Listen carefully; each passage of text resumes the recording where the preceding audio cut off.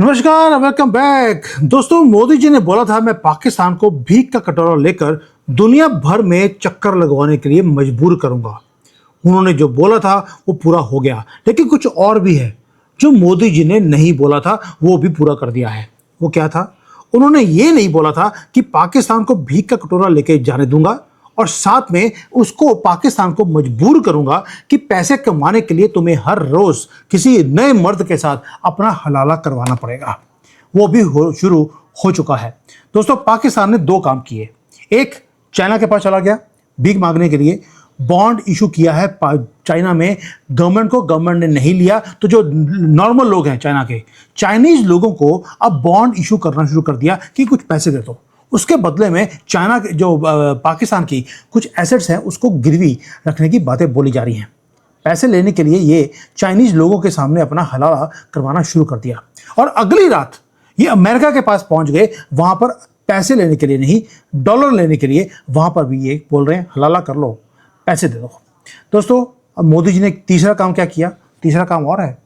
वो ये है कि यूरोप को ये सामान बेचते थे, वहां पर इनको एक स्पेशल स्टेटस दिया हुआ है, वो भी हमने छीनने की प्लानिंग कर ली है। 2027 में पाकिस्तान का माल यूरोपियन यूनियन में नहीं बिकेगा, क्योंकि कुछ हमने भी किया है यूरोप के साथ। अब हो क्या रहा है? हम एक तरफ तो इनको जो पैसे मिल रहे थे वो ब्लॉक कर रहे हैं, दूसरी तरफ से जहां पे माल बिक रहा था वो भी हम ब्लॉक कर रहे हैं। यानी कि अब होगा क्या? अब कभी ये सऊदी अरेबिया के पास सोने चले जाते हैं, कभी ये चाइना के पास, कभी अमेरिका के पास, अब यूरोप रह गया था। यूरोप के पास भी इनको पैसे कमाने के लिए रात को जाना पड़ेगा।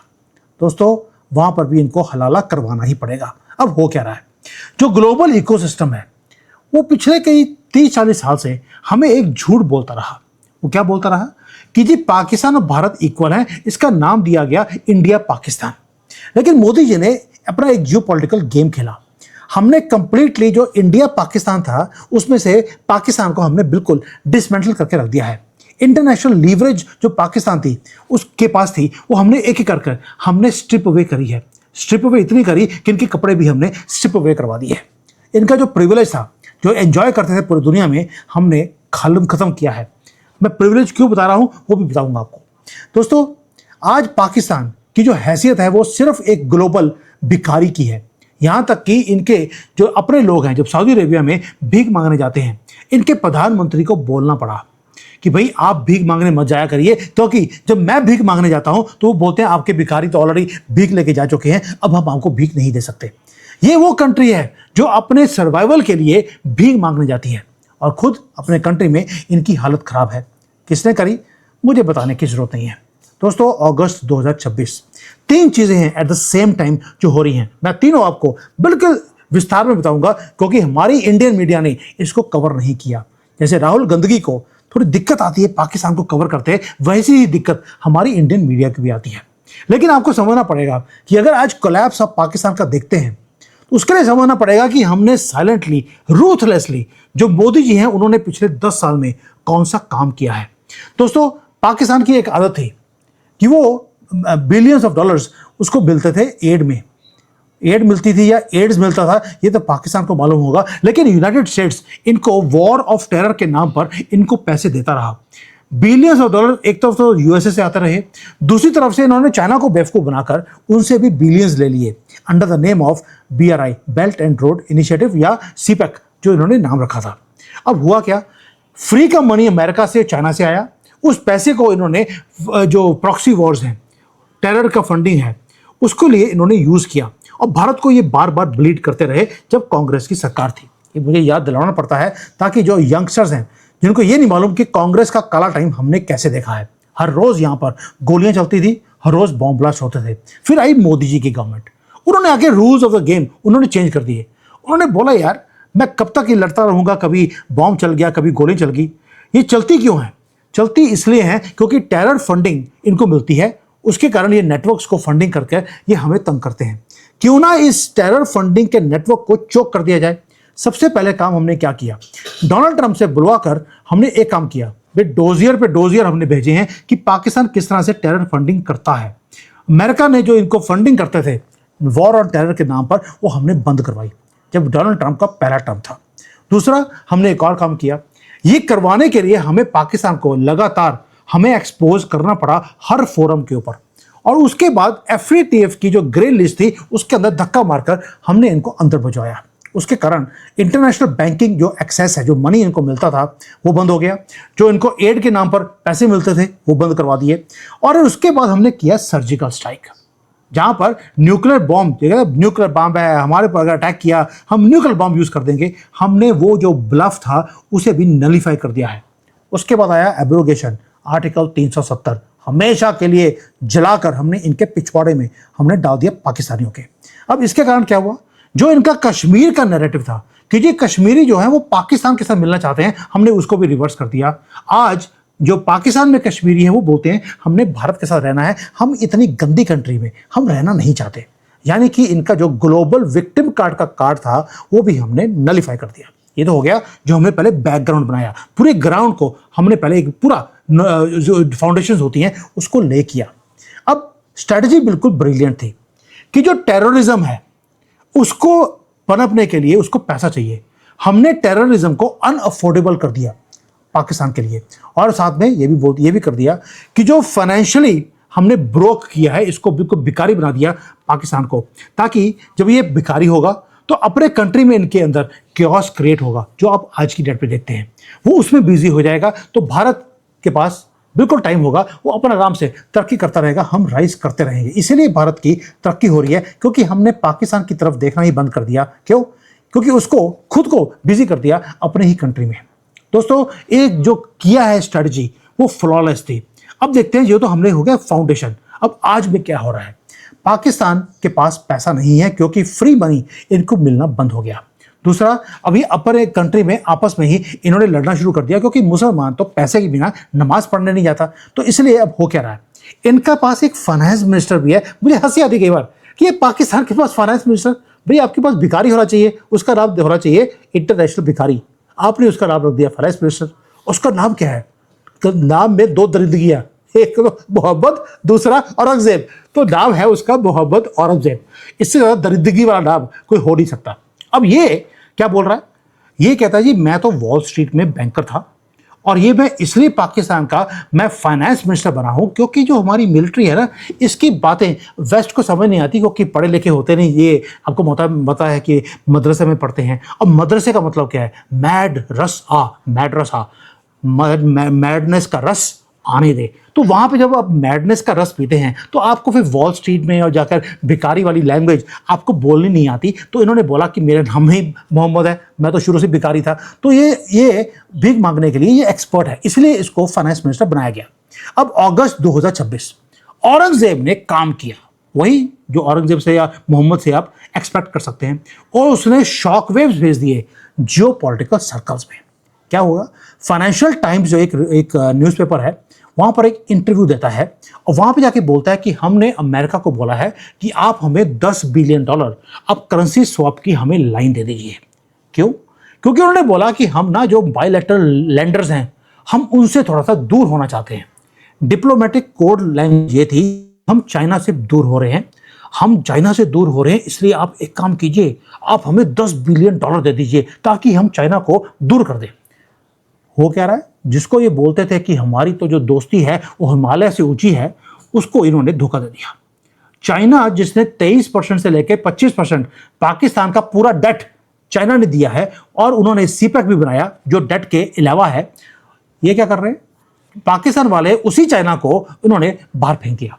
अब चाइना को भी रियलाइज हो गया कि यार पाकिस्तान तो एक ऐसा वो नासूर है, जितने मर्जी उसको पैसे देते रहो, ये कभी भी किसी का ये वो नहीं हो सकता, दोस्त नहीं हो सकता, और ना ही आप इसके ऊपर विश्वास कर सकते हैं। चलिए, चाइना को 10 साल के बाद पता लग गया जो हमें 1000 साल से पता था। अब सीसीपी ने इनको जो ब्लैंक चेक देते थे वो बंद कर दिए। तो पाकिस्तानी एस्टेब्लिशमेंट क्या करती है, उन्होंने सीपैक को दिया, ठट्टे कूच जाओ, मुझे नहीं चाहिए। अब इन्होंने आहिस्ता आहिस्ता अमेरिका में जाकर वहां की जो लीडरशिप है उनके साथ इन्होंने हलाला करवाना शुरू कर दिया, और हलाले के बदले में इन्होंने बोला यह भीख का कटोरा है, आप इसमें $10 बिलियन दे दीजिए। फिर कुत्ते का जो है ना, तो बोलते हैं कि हांडी का मुंह बड़ा हो तो कुत्ते को शर्म आनी चाहिए, ये शर्म वाले बंदे नहीं है। ये क्या बोल रहे हैं पाकिस्तानी को बोला गया यार तुम भिखारी हो, क्या पता क्या बोलते हैं, ये बोलते हैं कि यार अगर एक रात हमें अमेरिका के साथ सोना पड़ जाए या कुछ रातें सोना पड़ जाए, की फर्क पड़ता है, पैसे तो आ रहे हैं ना, डॉलर आ रहे हैं भाई, डॉलर ही तो आ रहे हैं और हलाल ही तो हुआ है, हमारी कोई इज्जत होना लुट गई। तो ये हालत है पाकिस्तानियों की। दोस्तों अब आप सोचिए, देखिए चाइना के ऊपर क्या बीत रही होगी जब इनका फाइनेंस मिनिस्टर अमेरिका में बैठकर फाइनेंशियल टाइम्स के सामने बोलता है कि यार हम ना चाइना को छोड़कर आपके पास आने को तैयार हैं, बस आप हमें जल्दी से 10 बिलियन डॉलर अब दे ही दीजिए। अब झूठ पकड़ा गया, अमेरिकन भी इतने बेवकूफ़ नहीं है, वो 10-20 साल इनसे बेवकूफ़ बनते रहे। अब हुआ क्या, जिस टाइम अमेरिका ने मना कर दिया कि यार आपकी फाइल हम थोड़ा देख लें कि यार ये एक्सेप्टेबल है कि नहीं है, उसी टाइम पर इनको लगा यार पैसे अभी जल्दी से आएंगे नहीं। फाइनेंस मिनिस्ट्री का एक आदमी या लड़की होगी, इन्होंने चाइना भेज दिया। वहां पे जाकर इन्होंने क्या किया, $750 मिलियन का पांडा बॉन्ड इन्होंने इशू कर दिया चाइना की डोमेस्टिक मार्केट के अंदर। गवर्नमेंट ने मना कर दिया, सीपैक में या इनके बॉन्ड खरीदने से ये चले गए पब्लिक के पास। आप रियलाइज कर सकते हैं पांडा बॉन्ड का मतलब क्या है। इसका मतलब है कि ये जो बॉन्ड है, ये जनरली जो मल्टीनेशनल कॉर्पोरेशंस होती हैं वो पैसे को रेज करने के लिए वो इस बॉन्ड को वो इशू करती हैं। कभी भी एक कंट्री की जो लीडरशिप है वो इन बॉन्ड्स को इशू नहीं करती, वो भी पब्लिक के सामने। गवर्नमेंट टू गवर्नमेंट बॉन्ड्स होते हैं पर नॉट टू पब्लिक। तो यानी कि पाकिस्तान ने क्या किया, उन्होंने बीजिंग में जाकर अपने जो सॉवरन डेट है वो चाइनीज रिटेल इन्वेस्टर्स को इन्होंने बेचना शुरू कर दिया। इसको बोलते हैं टोटल फाइनल सरेंडर। जब आपको दिखे कि आपको कहीं से पैसे नहीं मिलेंगे, आप जाकर अपनी कंट्री को गिरवी रखते हैं। इन्होंने ऑक्शन कर दिया पाकिस्तान को चाइनीज लोगों के सामने। दोस्तों इसका मतलब है कि अब होगा क्या कि जो इनकी ट्रेजरी है, इनको जो बेल आउट मिलता था वो कहीं से मिल नहीं रहा। ये भीख मांगने के बाद, हलाला करने के बाद भी इनको भीख नहीं मिल रही। लेकिन आप सोच के देखिए कि एक तरफ तो अमेरिका को बोलते हैं कि हमें पैसे दे दीजिए, हम चाइना को छोड़ने को तैयार हैं। अगली रात ये चाइना में चले गए वहां पे पब्लिक से पैसा मांगने के लिए। ये दो कॉन्ट्राडिक्टरी स्कीम्स कैसे हो सकती हैं? उसका रीजन है मोदी जी का तीसरा पिलर। वो पिलर क्या था, इनकी इकोनॉमी को तोड़ के हमने रखना है। अब तोड़ने का रीजन क्या है कि इनके पास पैसा आता कहां से है। एक तो हो गया ये जो भीख मांगते थे, हमने बंद करवा दिया। एक था इनको टेरर के नाम पर, वॉर ऑन टेरर के नाम पर इनको एड मिलती थी, वो बंद करवा दी। और तीसरा था इनका ट्रेड यूरोपियन यूनियन के साथ। वो क्या है, 2014 में यूरोपियन यूनियन ने पाकिस्तान को एक स्पेशल प्रिविलेज दे दिया। उसका नाम रखा GSP, generalised scheme of preferences. इसका मतलब क्या था कि जब पाकिस्तान कोई भी सामान बनाकर अगर यूरोपियन यूनियन में बेचता है तो जीरो ड्यूटी टैक्स लगता था। अब ये जो फ्री एक्सेस मिला इसे मैसिव यूरोपियन मार्केट का, उसके कारण इसको पैसे मिलते रहे और इतना ज़्यादा पैसे मिले कि इनका पेट खराब हो गया। ये एक ही इंडस्ट्री है, एक ही लाइफलाइन था पाकिस्तान के एक्सपोर्ट इकोनॉमी का। बाकी तो ये सिर्फ टेररिस्ट ही एक्सपोर्ट करते हैं, उसमें क्या इनको मिलता होगा आपके सामने है। अब यूरोप जो है वो लार्जेस्ट एक्सपोर्ट मार्केट होते हुए किसका, कौन से प्रोडक्ट्स का, टेक्सटाइल्स का और क्लोथिंग का। पाकिस्तान का जितना एक्सपोर्ट है उसका 76% पाकिस्तान सिर्फ यूरोप को बेचता है और बिलियंस ऑफ डॉलर्स का फायदा पाकिस्तान को होता रहा। अब जो जीरो ड्यूटी का स्टेटस है वो एक वही रीजन है जिसके कारण इनके फैजलाबाद में और कराची की जो फैक्ट्रियां हैं वो चलती हैं। अब मोदी जी ने क्या किया, मोदी जी ने वहां पर भी यूरोप में जाकर कुछ काम कर दिया। वहां पर डिप्लोमेटिकली हमने इनके पूरे डोजियर दिखाने शुरू कर दिए और जो जीएसपी का स्टेटस है वो इनसे छीनने वाला है। अब रीजन क्या है कि जीएसपी स्टेटस लेने के लिए कुछ स्ट्रिक्ट एक नॉर्म्स होते हैं जो आपको पूरे करने पड़ते हैं। ह्यूमन राइट्स आपको देने पड़ते हैं, लेबर लॉज आपको फुलफिल करने पड़ते हैं, डेमोक्रेटिक गवर्नेंस होनी चाहिए। और यहाँ पर क्या हो रहा है, जो यूरोपियन यूनियन है उन्होंने जो फ्री पास दिया था अब नहीं देंगे। 2025 और 26 में किसी ने, पता नहीं किसने दिए हैं, उन्होंने यूरोपियन कमीशन के सामने इनकी ब्रूटल रियलिटी हमने दिखानी शुरू कर दी। एक्सप्लिसिटली हमने दिखाया कि पाकिस्तान के अंदर ना तो डेमोक्रेसी है, ना वहाँ पे कोई लेबर लॉज हैं और ना ही कोई स्ट्रिक्ट एडेयरेंस है ऑन ह्यूमन राइट्स। वहाँ पर बलोचियों के साथ, वहाँ पर जो क्रिश्चियंस हैं, हिंदू हैं, उनके साथ जो कुछ पाकिस्तान करता है। तो इसके बाद भी अगर आप जीएसपी स्टेटस देना चाहते हैं, आपकी मर्जी है। तो हमने यूरोप का जो ब्लफ है उनके सामने रख दिया और यूरोप ने बोल दिया कि 2027 पे अब जीएसपी स्टेटस पाकिस्तान को नहीं दिया जाएगा। दोस्तों उसका रीज़न क्या है, रीज़न ये बताया गया कि जो पाकिस्तान की मिलिट्री है वो डिस्ट्रॉय कर रही है पूरी की पूरी कंट्री को और उनका जो डेमोक्रेसी है उसको ख़त्म किया जा रहा है। साथ में उन्होंने ये भी बोल दिया कि सिविल राइट्स हैं, सिविल लिबर्टीज़ हैं, वो छीनी जा रही हैं, माइनॉरिटीज़ को तंग किया जा रहा है, इलेक्शंस को रिग किया जा रहा है, वहाँ पर इलेक्शन नहीं सिलेक्शन होती है। तो इसके लिए ये जो सारी आपने एक्स्ट्रा जुडिशल अब जो लोगों को उठा के मार देते हैं, वहाँ पे जो बलूचिस्तान के फ्रीडम फाइटर्स हैं उनको मार दिया गया। अब ये जो सारी फाइलें हैं ये यूरोपियन यूनियन के पास पहुँच गई। अब आप पूछेंगे यार ये फाइलें वहाँ पर पहुँची किसने? भाई ऑफ कोर्स या तो सुमित जैन भेज सकता है, या जो पराग जी हैं रॉ के चीफ हैं वो भी जैन साहब हैं, उन्होंने भेजी होंगी, छोटे जैन साहब या बड़े जैन साहब, और कोई काम ये कर नहीं सकता। प्लस क्वेश्चन ये नहीं है कि फाइलें पहुंची हैं, फाइलें ये है कि फाइलें तो पहले भी पहुंची थी लेकिन उसके ऊपर कार्रवाई नहीं हुई, तो अभी क्यों हो रही है? उसका रीज़न है कि एक फाइल और है जो हमने यूरोपियन यूनियन के साथ हमने साइन कर ली। आपको याद होगा जनवरी में वंडरलैंड, उर्सुला वंडरलैंड आई थी अपनी पूरी पलटन को लेकर, हमने एफटीए साइन किया है यूरोप के साथ। ये एफटीए जो 29 साल से पेंडिंग पड़ा हुआ था या 19 साल से, हमने उसको साइन कर लिया। क्यों? क्योंकि यूरोप को अब अपना फ्यूचर बचाने के लिए भारत की मार्केट की ज़रूरत है, जिनकी ज़रूरत इनके नाक के ऊपर से निकल गई। तब जाकर हमने पाकिस्तान की फाइल जब दी तो उन्होंने भी फाइल को देखना शुरू कर दिया। दोस्तों, वो कोई भारत को ऑब्लाइज नहीं कर रहे, वो सिर्फ अपने फ्यूचर को सेफगार्ड करने के लिए हमारी बातों को सुन रहे हैं, और हमने भी परफेक्ट टाइम पे ये फाइलें रखी हैं। अब पाकिस्तान को अगर अबंडन करना पड़े यूरोपियन यूनियन को, तो बोलते हैं क्या फ़र्क पड़ता है, हमें यही जियो पॉलिटिक्स है। जब ज़रूरत थी पाकिस्तान की उसको यूज़ कर लिया, आज उसको भारत की ज़रूरत है तो पाकिस्तान को अबंडन कर रहे हैं। इसलिए बोल रहा हूँ कि आपने पाकिस्तान को एक्सपोज किया कि ये सिर्फ भीख मांग सकते हैं, आपसे छीन सकते चीज़ों को, लेकिन आपको देने के लिए कुछ नहीं है। तो यूरोपियन यूनियन ने बोला कोई बात नहीं है, मुनीर को भेज देना, हलाला कर लेंगे, बाकी सब ने एंजॉय किया है, हम भी कर लेते हैं। तो ये स्टेटस है पाकिस्तान का। अब एक और चीज़, आप बोलेंगे जीएसपी का स्टेटस अगर छीन लिया गया तो होगा क्या?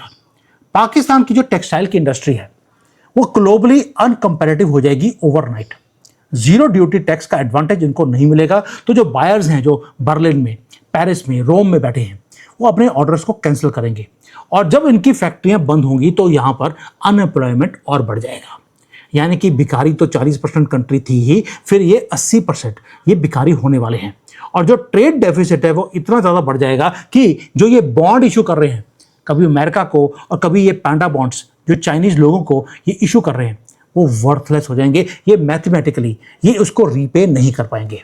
दोस्तों, अब देखिए, मैंने आपको सारे फैक्ट बता दिए जो 3 चीज़ें हुई हैं। अब 3 चीज़ें और हैं जो आपके सामने रखता हूँ। मैं हमेशा बोलता हूँ मैं फैक्ट्स पे बात करता हूँ, कभी भी सेंसेशंस क्रिएट करने वाला काम मेरा नहीं है। यूरोपियन कमीशन, अब आपकी नज़र 3 चीज़ों पे होनी चाहिए। यूरोपियन कमीशन क्या जीएसपी का स्टेटस इनको एक्सटेंड करेगा या कैंसिल करेगा? अभी तो बोल दिया कि हम कैंसिल करने वाले हैं, लेकिन हो सकता है कि ये इतना ज़्यादा उनको खुश कर दें वहाँ पर हलाला के थ्रू कि इनको जीएसपी का स्टेटस इनका एक्सटेंड हो जाए। अगर ये हुआ तो then all this will go wrong. जो मोदी जी की प्लानिंग है वो 1 साल और वो डिले हो जाएगी। ये है पहला पॉइंट। दूसरा, जो यूनाइटेड स्टेट्स है इन्होंने $10 बिलियन मांग लिए। क्या अमेरिका इनको $10 बिलियन दे देगा, या खुद देगा, या वर्ल्ड बैंक से दिलाएगा, या आईएमएफ से दिलाएगा? अगर वो दे दिए, इसका मतलब है कि अगेन मोदी जी की पॉलिसी दोबारा फेल हो गई, उनको और वेट करना पड़ेगा।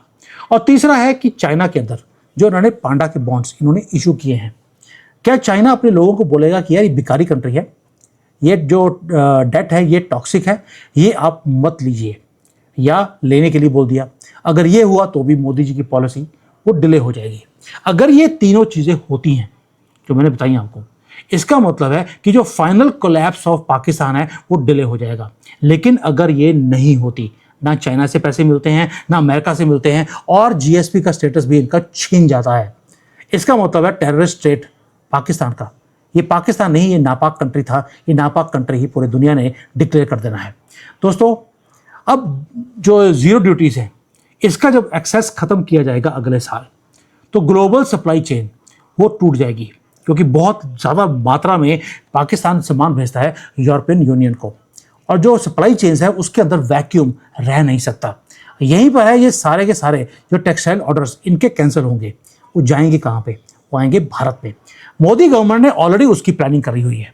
हमने क्या किया, टेक्सटाइल के अंदर स्पेशली हमने पीएलआई स्कीम दी है कि आप अपनी कैपेसिटीज़ को बढ़ाना शुरू कर दीजिए, ताकि जो इंडियन टेक्सटाइल सेक्टर है वो इस वैक्यूम को भरने के लिए रेडी होना चाहिए। इसलिए जो हमारा जो टेक्सटाइल मिनिस्ट्री है मेरे बहुत अच्छे मित्र हैं वो गिरिराज जी, उन्होंने जो मैसिव काम किया है कैपेसिटीज को इंक्रीज करने का, वो इसलिए दिन रात वो काम कर रहे हैं ताकि जो डाइवर्जन यूरोपियन कंपनीज के जो कॉन्ट्रैक्ट्स हैं, जब भारत पाकिस्तान जो बैकरप्ट हो चुका होगा, वहाँ से जो मल्टी बिलियन डॉलर के जो अपॉर्चुनिटीज पाकिस्तान से निकलेंगी, वो भारत की कंपनीज ऑलरेडी वहाँ पे पहुँची हो, उनके पास कैपेसिटी हो, ताकि हम उसको एब्जॉर्ब कर सकें।